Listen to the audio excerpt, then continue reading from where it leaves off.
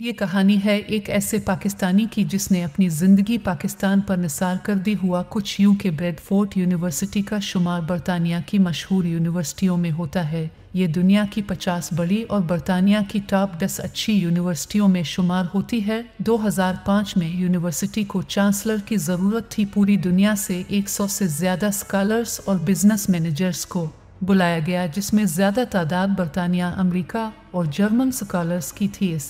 इस लिस्ट में पाकिस्तान और इंडिया में से सिर्फ एक बंदे को बुलाया गया। सिलेक्शन से पहले जर्मन साइंटिस्ट को चांसलर की सीट के लिए सबसे ज़्यादा मजबूत उम्मीदवार करार दिया जा रहा था, मगर तमाम कहानी इस वक्त तब्दील हो गई जब टैलेंट लीडरशिप मॉडल स्टडीज़ पर बहस में पाकिस्तानी उम्मीदवार ने दूसरे तमाम उम्मीदवारों को पीछे छोड़ दिया। इस हाल में ब्रैडफोर्ड के तमाम डायरेक्टर्स खड़े होकर तालियां बजाने और दाद देने पर मजबूर हो गए। तब एक जर्मन साइंटिस्ट इस स्कॉलर के पास आलिफ और कहा, इस पोस्ट पर तुम मुझसे ज़्यादा काबिल बनते हो। काबीना की अक्सरियत ने इस स्कॉलर को मुंतखब कर लिया और कहा, वो लोग कितनी तनख्वाह लोगे? इसने तारीखी कलिमात बोले, कहने लगा, मैं यहाँ बिजनेस के लिए नहीं, आलिफ तालीम और पैसे का एक दूसरे से मवाजना नहीं किया जा सकता। मैं एक ऐसे मुल्क से हूँ जहाँ लोगों को तालीम की बुनियादी सहूलियात नहीं हैं। हमारे पैसे वाले लोग दूसरे ममालिक में जाकर तालीम हासिल करते हैं, जबकि गरीब लोग अपने दिल में हसरत लेकर इस दुनिया से चले जाते हैं। यही वो वजह है कि जिसकी वजह से गरीब और अमीर का फ़र्क दिन ब दिन ज़्यादा होता जा रहा है।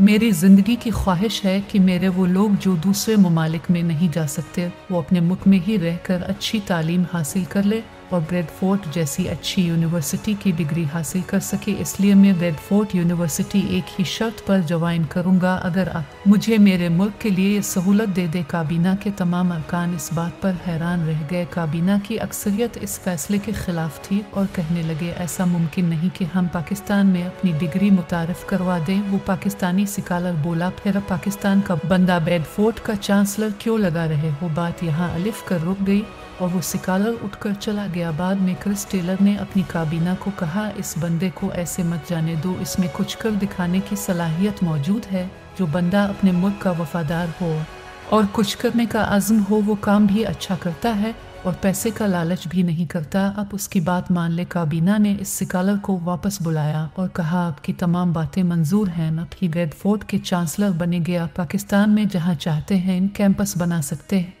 ये स्कॉलर 9 साल तक ब्रैडफोर्ड का चांसलर रहा। 1986 के बाद ये पहला मौका है कि कोई बंदा इतने ज़्यादा अरसे के लिए चांसलर बना। इस दौरान इसने पाकिस्तान में निमल यूनिवर्सिटी बनाई, जिसमें पढ़ने वाले तालिब इल्मों को वही डिग्री मिलती है जो बरतानिया में करोड़ों रुपए खर्च करके ब्रैडफोर्ड यूनिवर्सिटी में डिग्री हासिल करने वालों को मिलती है। इस शख्स का नाम इमरान खान है। वो मुनाफिक खान, तालिबान खान, यहूदी एजेंट और गद्दार सियासतदान के तौर पर जाना जाता है।